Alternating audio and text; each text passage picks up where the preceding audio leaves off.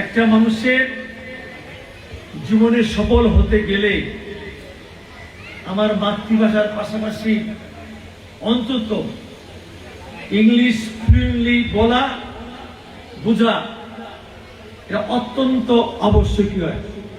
এই জন্য যেসব ছেলেমেয়েরা ইংলিশ ভার্সনে পড়ালেখা করেন বা ইংলিশে অনার্স মাস্টার্স করেন, আপনি দেখবেন তারা কিন্তু কোনো না কোনো একটা জায়গায় জীবনে সফল হয়েছে।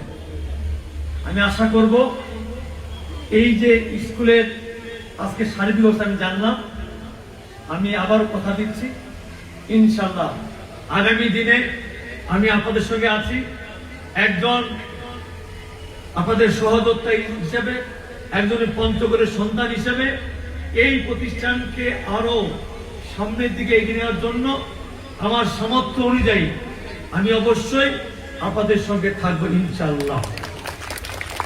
এর পাশাপাশি আসলে ক্রিয়া প্রক্রিয়া নাকি বার্ষিক ক্রিয়া, কিন্তু মাঠ নাই, তাই না?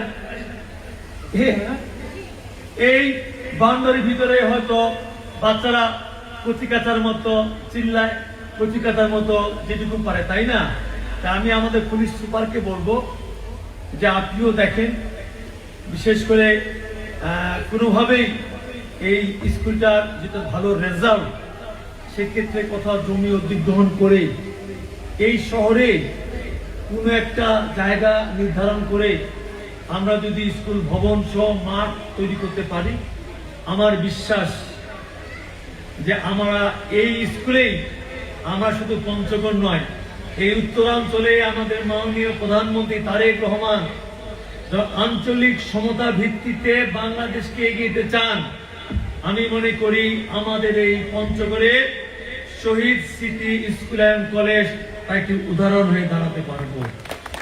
আমি সেই ক্ষেত্রে আপনাদের সকলের সহযোগিতা, আমি আশা করব আমরা যারা জনপ্রতিনিধি আছি আমরা সবাই দল মত ধর্ম বর্ণ সবাই ঐক্যবদ্ধ হয়ে সহযোগিতা করব। এবং আমি যেহেতু বাংলাদেশ ফুটবল ফেডারেশনের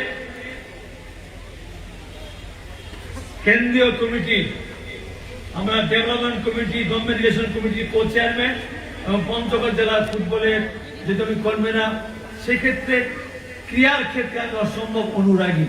তাদের সেক্ষেত্রে ফুটবল বলেন, ক্রিকেট বলেন, ব্যাডমিন্টন বলে, আমি একজন নিয়মিত ব্যাডমিন্টন প্লেয়ারও। সেক্ষেত্রে আপনাদের এই অঞ্চলে বিশেষ করে খেলার প্রয়োজন অত্যন্ত বেশি, কারণ আমাদের এই অঞ্চলে কিন্তু প্রায়শ আমাদের মরণ স্রবল, বিশেষ করে মাদক, ক্যাসিনো, অনলাইন জুয়া আমাদের ইয়াং জেনারেশনকে, আমাদের আগামী দিনের ভবিষ্যৎ জেনারেশন কিন্তু ধ্বংস করার বিভিন্ন ধরনের অপকৌশল চলছে। সেই ক্ষেত্রে একটা ছেলেকে যদি আমরা খেলার সঙ্গে সম্পৃক্ত করতে পারি, তাহলে কিন্তু আমরা মাদক থেকে, ক্যাসিনো থেকে, অনলাইন জুয়া থেকে নিবৃত্ত করতে পারবো। আমার বিশ্বাস, আমি প্রত্যেকটি গার্জিয়ানের কাছে অনুরোধ করব, আমি ব্যক্তিগত জীবনে এই মাদকের ক্ষেত্রে সবসময় জিরো টলারেন্স। যেই খাবে, যেই ব্যবসা করবে, যেই গ্রহণ করবে, সঙ্গে সঙ্গে তাকে ধরে প্রয়োজনে মোবাইল কোর্ট বসে 1 বছরের জন্য সাজা দেওয়ার ব্যবস্থা করবে।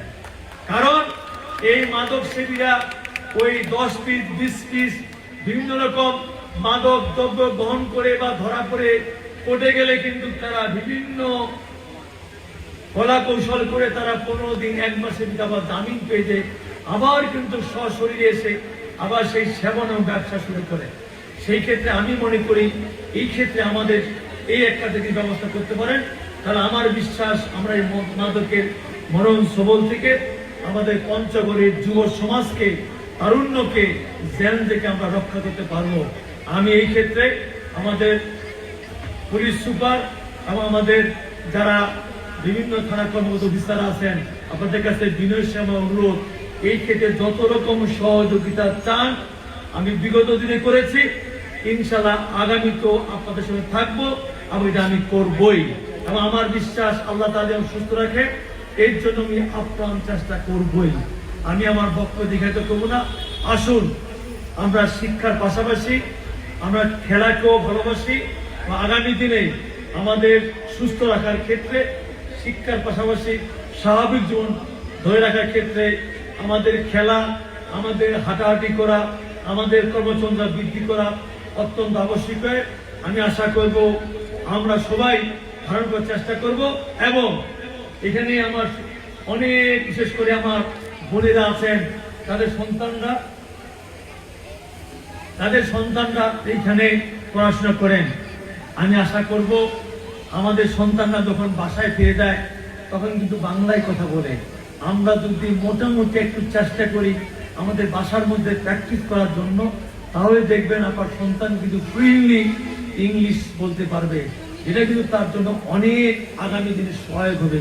আমি আশা করব আমরা এইভাবে নিজেরাও যেটুকু পারি নাই আগামীতে আমার সন্তানকে সেইভাবে সময় প্রতিটি যুবক থেকে আমরা তৈরি করতে পারি।